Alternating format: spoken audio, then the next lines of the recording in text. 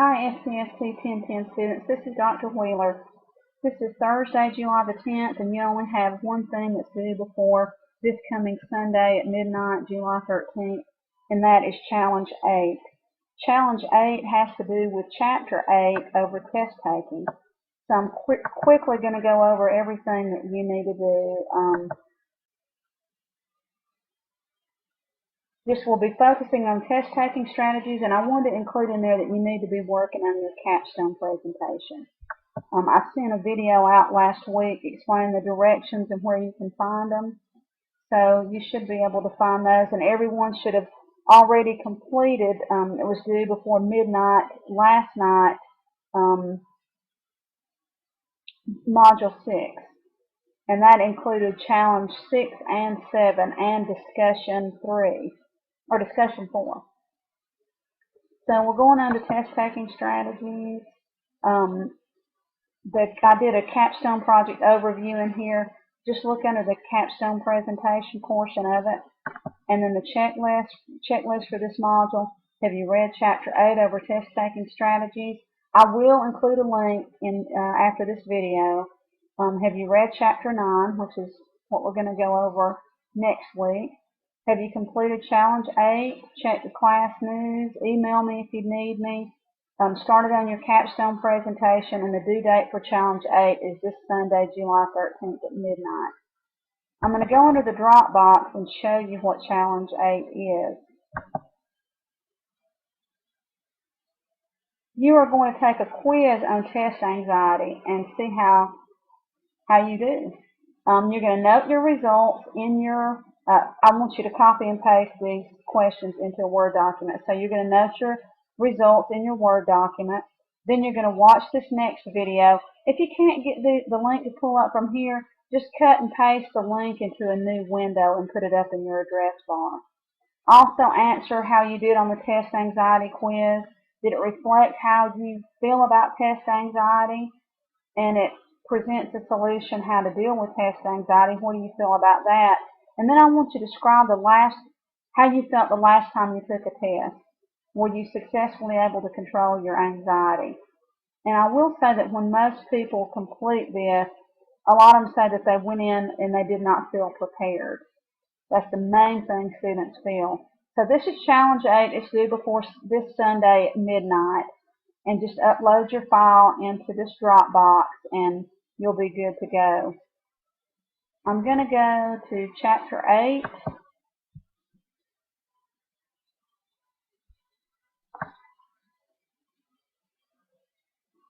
In this chapter, you'll explore how you can prepare and improve test performance, work through your test anxiety, succeed.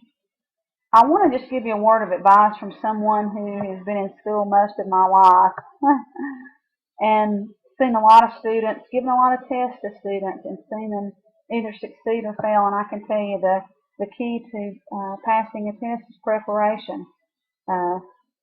That's the key to success and the key to failure.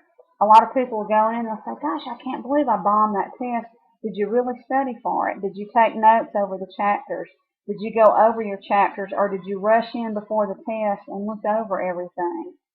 Other things that aren't in this chapter that I want to remind you of, did you go out the night before and get sloshed? I have to say that.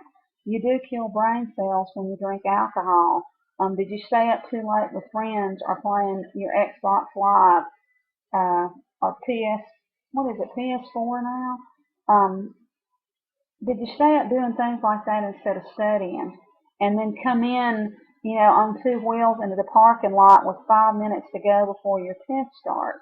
You need to get there. I don't want to sound like a nerd, but you need to get there at least 15 to 20 minutes in advance, and not to go in and cram before your test, but just to settle your nerves so you won't be so rattled when you start to take it.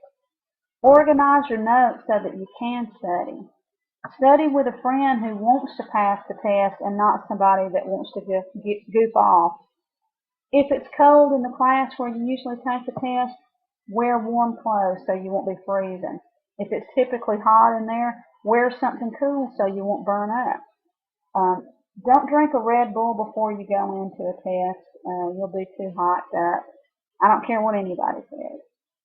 But you do need to eat so that you won't be sitting there thinking the whole time, God, I can't wait to get out of here so that I can get something to eat. I'm starving to death. Peppermint. Eat a peppermint before you take a test. It opens your brain cells up, and guys, it works. Create a way to study. I like to call it rehearsal. You wouldn't rehearse for a play that you're in or a speech you have to give the night before. You would be rehearsing for a week or 2 weeks in advance so that you'll know it.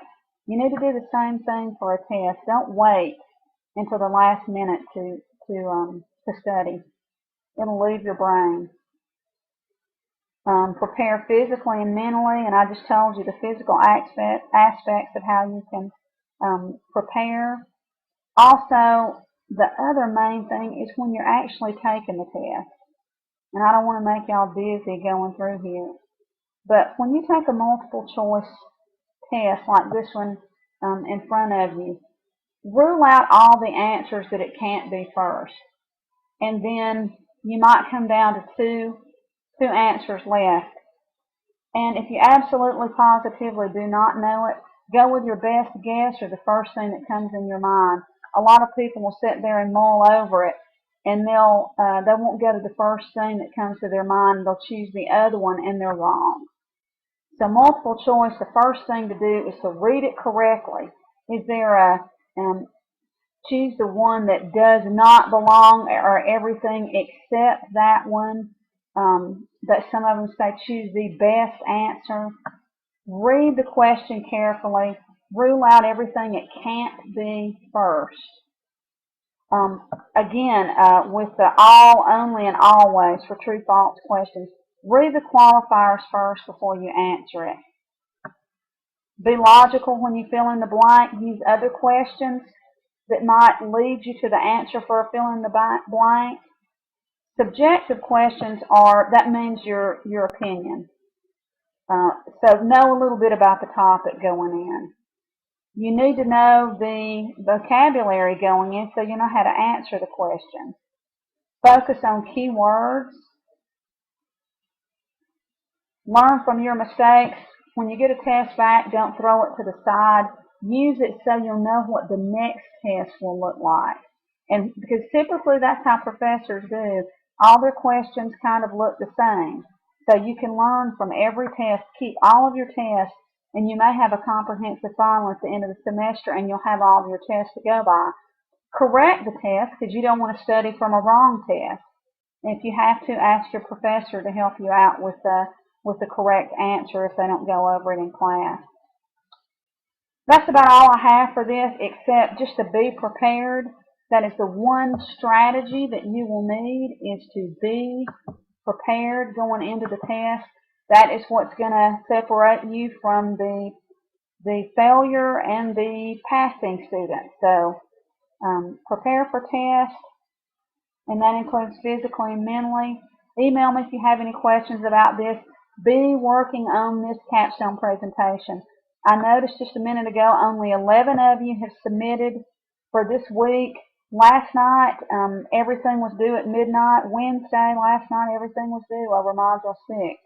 Here is Module 6 right under the capstone presentation, and it's going to be under Module 7. So once I submit this Module 7 up here, the video will be up here first, then the capstone presentation, and then the lecture over Module 6. If you have not finished that yet, I will have to count off extra points. So get to work, you 3 people that haven't done it yet.